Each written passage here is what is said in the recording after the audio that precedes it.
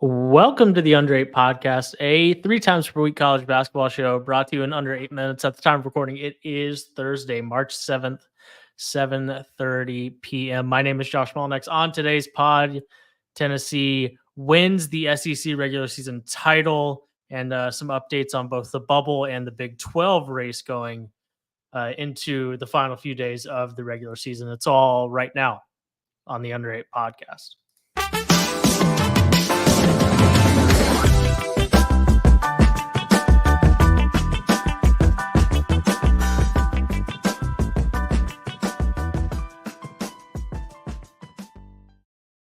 Josh Doering is here with me. Josh, we've spent the better part of this season talking about why Tennessee might be different than they have been in years past. One of those things we can now point to is that Tennessee has done something that they haven't done in quite a while, and that's win an outright SEC title. Yeah, and I mean, you could kind of argue this is their first outright title because the other one came back, the most recent one in 2007, 2008, when there were still divisions. Remember that? So, I mean, technically they were outright champions. They had the best record in the SEC by themselves, but it's just kind of even a weird sort of qualifier that has to be thrown in there of we played East and West back in those days. Sure. So it's like telling me that you won the Big Ten West in football. It's like, yeah, congratulations, but it's a different animal than winning the Big Ten East.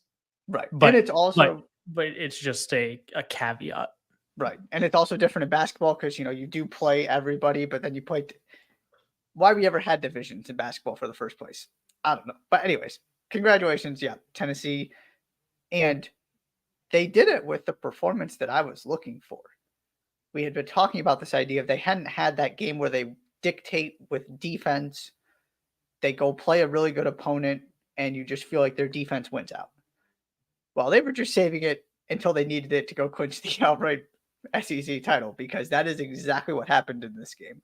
This was defense, Dalton Connect, keeping South Carolina quiet from the 3-point line. Mm-hmm.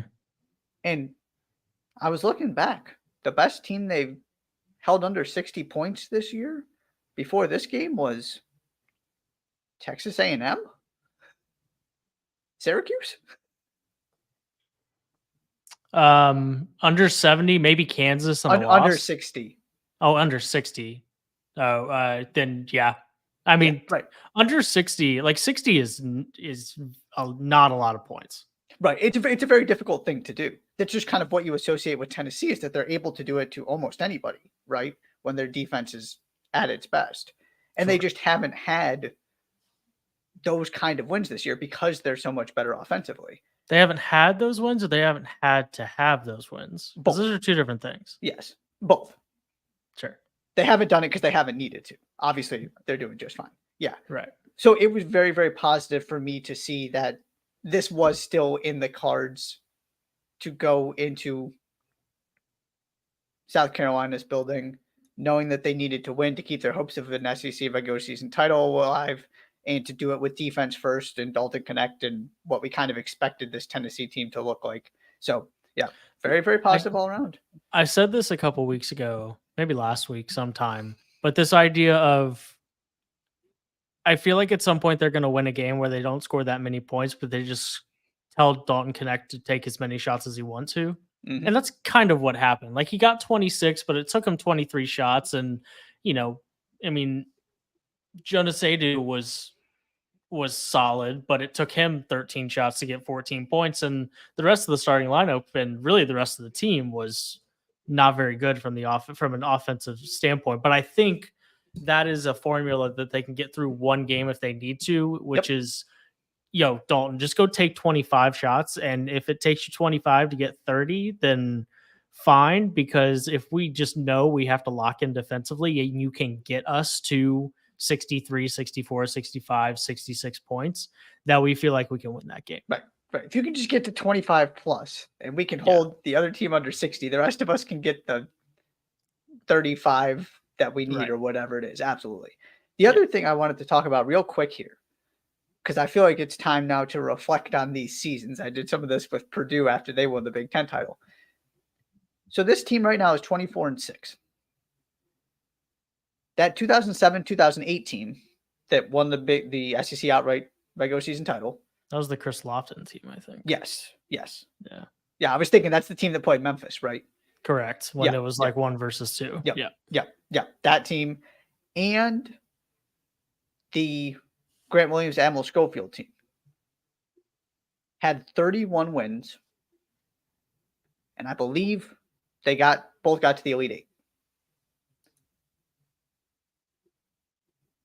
This team already has 24.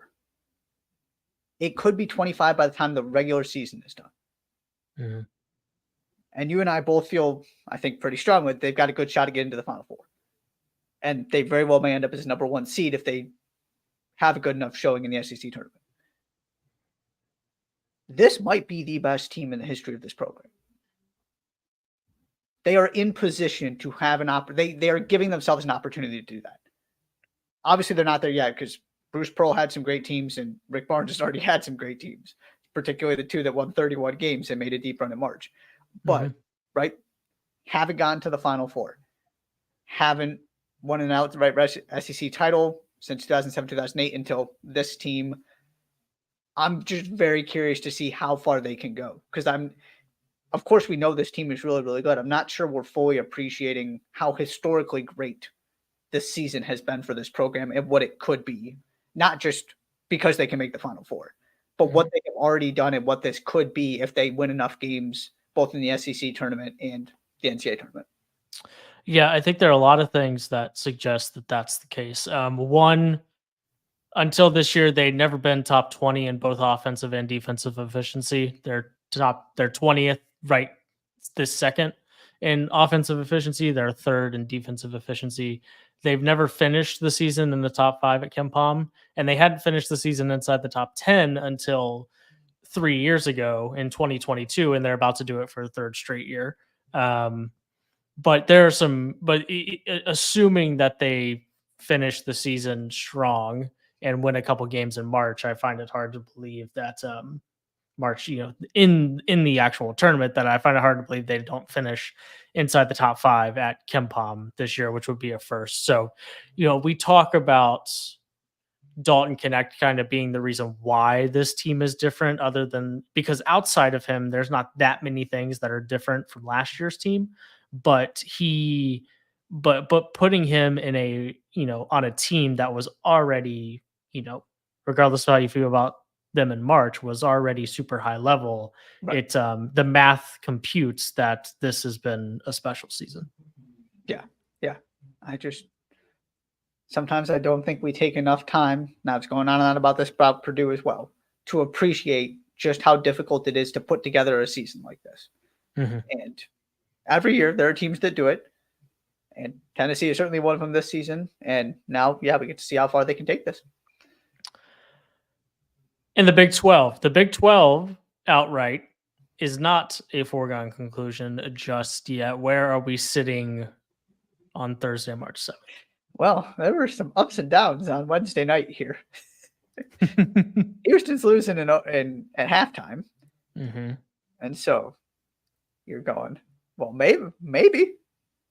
UCF's a tough place to play, even though they haven't been great this season. They've beaten some pretty good teams.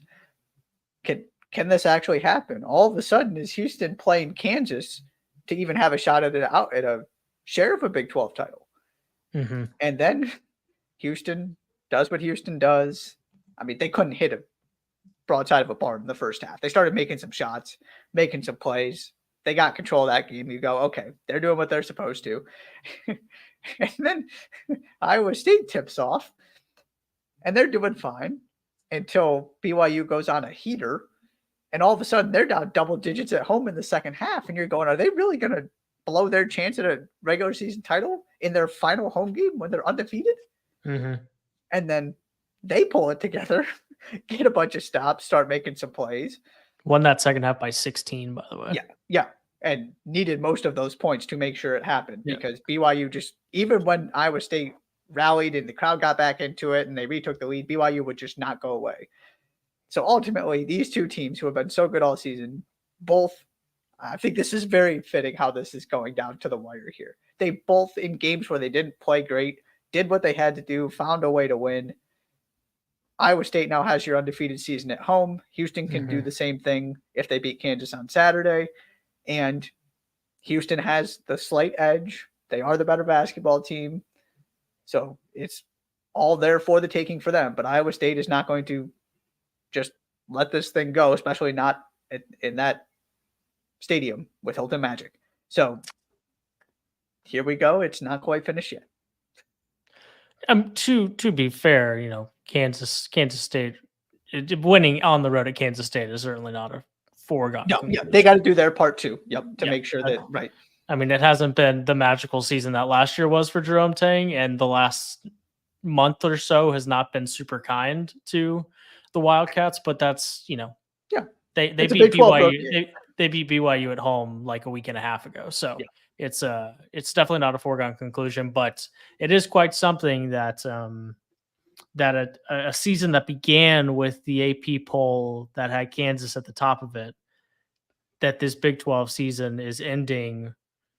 That this final weekend is ending. Now, Kansas, ironically, could have a part to play in it, right. But the fact that Kansas is not even in the conversation, not even sniffing an outright title, a share of the Big 12 regular season title is quite something, especially when it's an Iowa State team that was not supposed to be this good coming in, and a Houston team that is just waltzing into the Big 12 and doing exactly what they did in the AAC.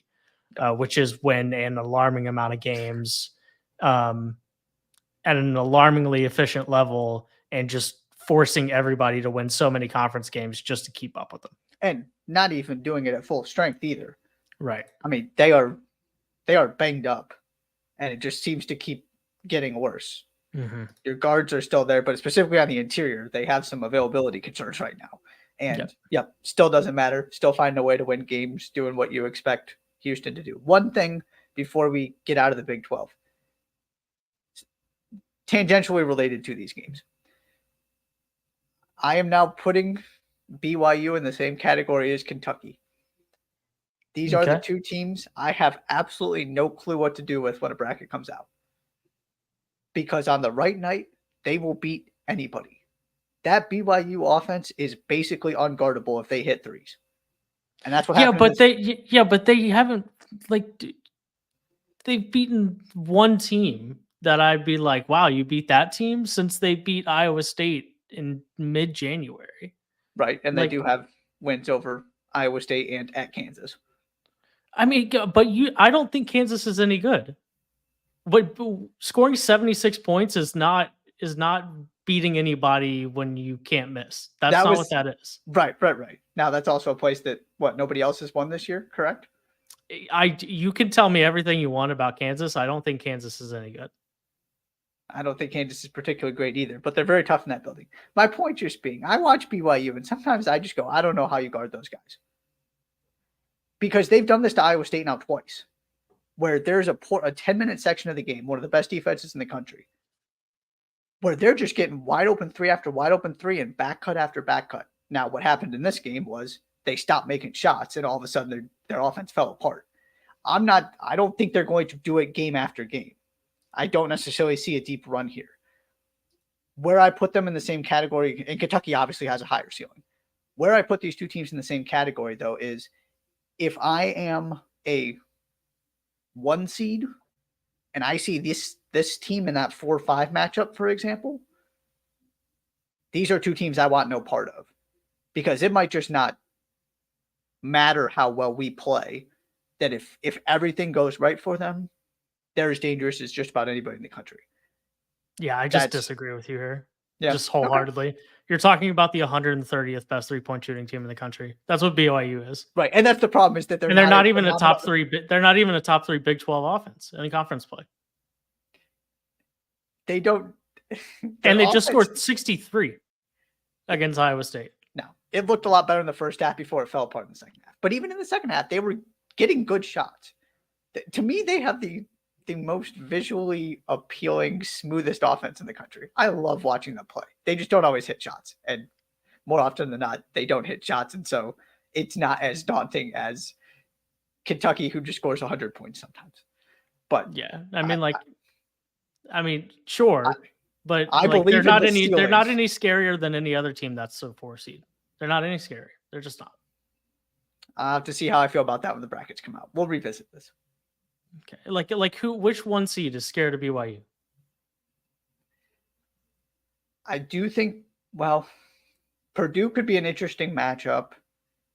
Houston is not scared of them because Houston's already beat them. Although I could talk myself into on a neutral floor that being interesting. I do think Tennessee is good enough defensively. Tennessee would be the team I'm not scared of BYU if I'm Tennessee. It's more these teams that have some offensive limitations. So I guess specifically Houston would be the team that I would be, now that I'm thinking about this, it would be Houston. That if they just hit 15 3-pointers, they're basically at 70 points already. And there's no guarantee that Houston's getting to 70. That kind of thing. And I'm just not totally sure that I'm just not totally sure that's who BYU is. You got it. But okay. That's fine. I'm not saying they're going to do it. All I know is that when they hit shots, they just get wide open threes all the time. I've never seen a team generate more good looks. I guess I'll put it that way. So just by default, because most of the guys that take the floor, including their starting center, can shoot the ball, if they go in, you're in big trouble because they are so difficult to actually guard. The question is whether they can make you pay for it. And I'm just not scared that the 130th 3-point shooting team and 10th in the Big 12 is going to knock them down. I'm just not scared of them. And that is a valid concern. Tell me about the bubble. So many bubble games on Wednesday. The game of the night from a bubble perspective, Seton Hall beating Kentucky Villanova. is third in the 3-point shooting in the country, by the way. Just for what it's worth. I'm not saying they're on the same level. I'm just saying they're in the same category for me. Our notes page says the same category. Yes, in the same category, not the same level. Those are two different things. All right. Whatever. Kentucky's clearly the better team with the better ceiling. And ironically, BYU is the higher KenPom team. But we can continue on to the bubble. So Seton Hall in your Big East matchup, beating Villanova, that might just flip-flop those two teams. It seems like most people had Villanova a couple spots ahead of Seton Hall heading into this game in terms of where they are on the right side of the bubble. So big win for Seton Hall to at least give yourself some breathing room heading into the Big East tournament and to get another Big East win too, to hopefully prevent yourself from having the opportunity for a bad loss that swings things back in the other direction. Villanova, this is going to get a little bit dicey, especially when the Big East hasn't gone particularly well. Some opportunities there, and I'm very curious to see how this Big East bracket plays out. But you got that one. Your non-high major teams, Florida Atlantic, were down 7 in the second half again in AAC play, but they get their win. That would have been a horrible loss at this point because they just don't have a margin for error left. And then New Mexico takes care of business. So those two teams that seem to be on the right side of the bubble keep going. And then Mississippi State loses to Texas A&M. We're down 13 at halftime. That's not great on a day where most of the other bubble teams did well. And then the last one, Michigan State finally got a win. I mean, they barely got a win, nearly threw it away, but they did beat Northwestern, snap a 3-game losing streak. That would have been a third straight loss at home. And it's not like they lost to Purdue and Illinois. They lost to Iowa and Ohio State. So would it have taken them out of the tournament field if Selection Sunday was today? No, probably not. But boy, that would have been getting dicey with one game left plus the Big Ten tournament, that there could have been a pathway to play yourself completely out of the tournament. Getting this win against Northwestern, who's having obviously a really good season, stop the bleeding, get back on the right track, win on senior night. That was the other bubble game I was paying attention to. Can I be honest with you? Can I be honest with you? It's appalling that Michigan State's going to make the tournament this year. Appalling. I can't say I disagree. Like it is like people want to expand the tournament, and Right. Michigan State's going to make it this year. Right. Like Michigan State should have has no business making the tournament this year. And I don't mean from their resume is crap perspective. It's from Right. it's a bad basketball team. It's a bad basketball team that Tom Izzo did a crappy job with this year. And they just don't they still haven't beaten anybody since they beat Baylor. Illinois and Baylor, and somehow that's going to be enough to get them into the tournament because they've beaten nobody else in a Big Ten conference that has a bunch of teams that are just like Michigan State. So, I get it, but it's such an uninspiring basketball team that turned in an uninspiring performance after being a top 3 team in the country preseason. I'm just I don't need that team. If they I guess I'll put it this way, and I think you know where I'm going. There's going to be a mid-major team that is really fun and could do something way more fun than Michigan State could do. That's not going to get in because Michigan State's going to get in, and that's annoying. What do you mean by more fun? Just from a experience standpoint? Yeah. Just from Michigan State's going to stumble through the first round and then get blown out by whatever 1 seed they play in the 1 versus 9. That's how Michigan State's tournament is going to go. And some fun 13 seed that didn't win, that would have been like a 13, 14 seed that didn't win their 1 bid league is not going to get in, who would have had a really fun chance to beat a 2 seed or beat a 3 seed. No, this is the same group of players that wasn't all that far away from going to the Final Four last year. I don't care. And took down Marquette to do it. Now, I'm not using that to say that, because I agree with you. There are 2 different conversations here, right? One is relative to everybody else. Does this team deserve to get in? And I will adamantly say yes, because I will always go to bat for teams that play really difficult schedules. They've got some good wins that maybe some other bubble teams don't have.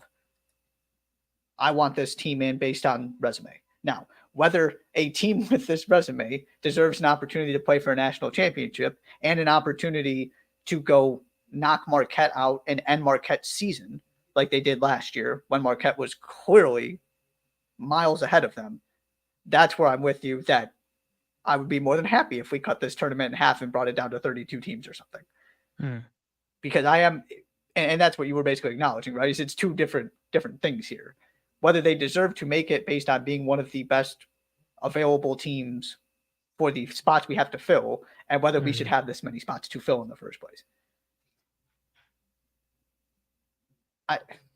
I still think they can go on a run because they did it last year. And what we've been saying all season is they're the exact same team, right? So that does go both ways.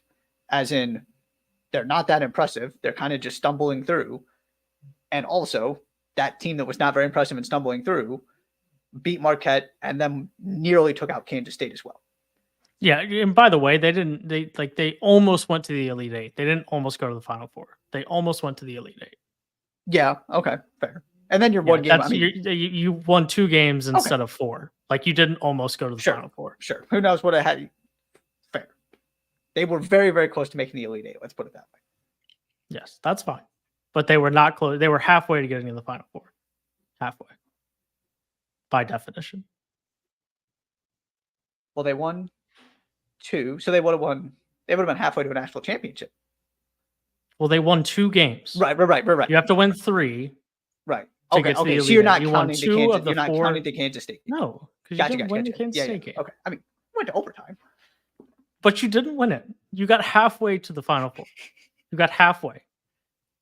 In a very literal sense, sure. But Michigan State missing the tournament, I would sleep like a freaking baby. They do not like teams who stumble as bad. That team has no business being 18-12. No business. No business. And I don't even know what I don't even really know what I'm annoyed about. But how about we have a do anything impressive? How about that? Anything impressive. They did destroy Baylor. That's a thing that happened. Okay. 3 months ago? Yeah, still impressive. Whatever. All right, you got anything else? A couple things I want to mention real quickly. Tyler Kolek didn't play for Marquette, so we didn't really feel a need to discuss the fact that UConn beat Marquette. Yeah, can we also never? I don't want to hear anybody ever again say to me that Tyler Kolek's not the most important player on Marquette's team. I've had people try to tell me that this year, that it's like really Oso Ighodaro and that's what Shaka Smart would say. Stop. I'm with you. There is a. I'm with you, period. I'm with you, period. Don't know. I told you. I didn't want to hear anybody even try to suggest it. Yeah, because of the way. It's an average as all get out Big East team without Tyler Kolek. Here's what I'll say. If Tyler Kolek didn't play the way he did and impact the game the way he does, because of everything he offers, both from a scoring and passing standpoint, on a different team, I would go to bat for Ighodaro. But because it's Kolek. But it's not a different team. Right. It's Marquette. Right. So I can't do that. I'm with you. Yes. Okay. The other two. Did you see the Pepperdine Pacific score? I did not. No. It was, are you ready? Sure. 56-9. That's tough. That's tough. That's hard to swallow. Yeah. 56-9. Yeah. So that was the thing I wanted to acknowledge. And then did you see what the final score was? No, you'll be surprised to know I did not feel the need to keep in touch with that game. What was it? 102-43. Well, it's a little bit better. I guess. They did score. They did score 56 points in both halves. How about that? You're correct. They 46 and 56. Oh. Sorry. Yep. Math is hard. Yeah, math is hard. That's for sure. They went. Pacific went from 9 points in the first half to 34 in the second. I tip it. They went 0-16 in West Coast Conference play this year. Oh, that's 16. That's tough. That's really tough. And then to have it end this way, I mean, oof. I mean, Pepperdine was 5-11. Pepperdine wasn't much better. Early round tournaments, gotta love it. And then Pacific trivia time. Pacific is the what ranked KenPom team right now? Oh, 352, 357. Pretty good.